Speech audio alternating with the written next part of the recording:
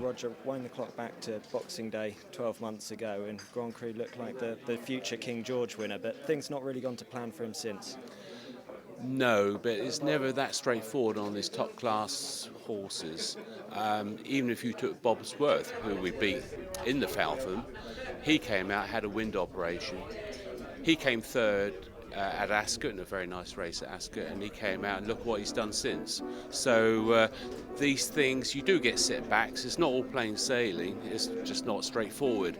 And I say Grand Cru takes a little bit of training. He's not the most straightforward of horses. And, you know, as you see in his races, he's very keen in his training. He always wants to do his best. So in the Paddy Power, we're a bit gobsmacked, shall we say, that he wasn't going at all. We think we found the problem. I'm just crossing my fingers and toes and hoping that is the reason, and we can move forward. I think if we all move forward, I think he's a serious player. God knows what to expect, but he's a serious player. Yeah, he's had a breathing op since his last run at Cheltenham. Jeff Lane carried out the procedure, and all I know is David's very, very happy with him, and all systems hopefully will lead to the King George. So I haven't sat him since the Paddy Power, and we were very confident going into it. We know he's a very, very good horse, and that the form that he showed in winning his races last season, and that he's shown throughout his career, shows that he's a very, very top class horse. There was obviously something not right the last two runs, but he's had a wind operation since then, and listen, if we can get him back. And David's trying everything we can, and there's no finer person at getting a horse back like that. So if he's back in the same form as he was in the Feltham, then I wouldn't stop him for anything. He certainly looked exceptional at Kempton last year, beating Silvignaco, Conti and Bobsworth. Do you think perhaps Kempton suits him more than Cheltenham? It's hard to say because he's won around Cheltenham as well. If it hadn't been for big bucks, well then he'd have won a world hurdle and would have been unbeaten around Cheltenham. So it's hard to say that Kempton will suit him any better than Cheltenham does, or vice versa. The fact of the matter is he's just a very, very good horse. He seems to act on any track, going left-handed, going right-handed, sharp track, stiff track. He's a good horse. He can cope with anything. And as I say, the main thing is when he's back and in full working order, then he's top class. And what about the ground? Would he perhaps not want it too testing? Again, I'm not too worried about the ground. He's won on very soft ground. I wanted him round Haydock, and the ground wasn't the excuse at Cheltenham on heavy last time. He coped with the ground, just wasn't himself. So again, whatever the ground is, come Boxing Day, that won't be an excuse. Won the Paddy Power very well. He was nice and fresh. Stayed on strongly up the hill. Yeah, looking forward to Kempton. And you think trip no concern? He hasn't got it yet because he hasn't been that far. But of course, it's not in the form book yet. So it is, until he gets 3 miles for sure, you wouldn't know. But the way he stayed on at Cheltenham last time, I don't see it being a problem.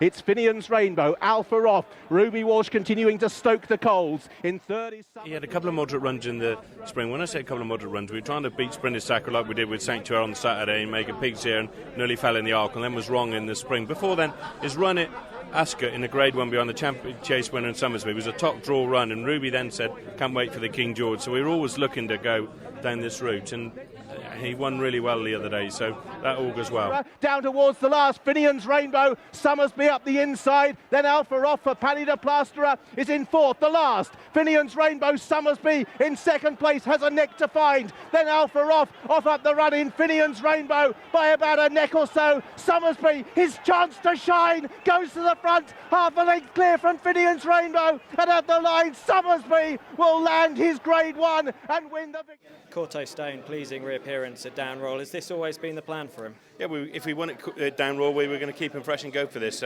We needed to see that he stayed, which he did at that day, and always been the plan. And how ground dependent is he? He go on any ground, no problem. Either of us go on either ground. You've seen him run on good ground and soft ground, so it's not a problem. Cornerstone by a length and a half to 2 from First Lieutenant. He's picking up best, and he's going to do what his brother did. It's going to be Cornerstone. He took the Grade 2 last year. It's Grade 1 this year. I think the one question over the summer months was his 3 miles going to be his trip this year, and I think he proved to us all that's exactly where he belongs now. To beat a field like that in Downroll first time up was more pleasing than we could have expected. So no, we're absolutely over the moon. down roll last year over 2.5. He was running all the way to the line, and the Tingle Creek was a little bit of an afterthought. If the ground hadn't gone really soft the week leading up to the Tingle Creek, I'm not entirely sure that's the route we would have taken. Having said that, he ran a belter in the Tingle Creek, and but after that the season went a little bit downhill for him. So as I say, Paul was adamant that 3 miles would be his distance this year, and he was proved right over in Downroll in the jnwinechase.com. And just one final question, given you're thinking in more of a 3-miler this year, Gold Cup, would that be the long-term aim? Well, again, I think if he comes through the King George and is there and in the mix, then I think you'd have to start thinking down that route. But if he's not in the mix, then I think we have to start looking the other way. But certainly, yes. I mean, all things considered, if he's there or thereabouts in a King George, then there's absolutely no reason why you wouldn't start campaigning backwards from the Gold Cup. Well, Barney, not long now before the William Hill Winter Festival. A lot can happen between now and Boxing Day, but currently, what are conditions like at the track? Walking yesterday morning, ground conditions good to soft in places. That would mainly be around by the Lake Bend. The forecast, very uplifting, cold until Friday, with then a band of rain coming in on Friday night.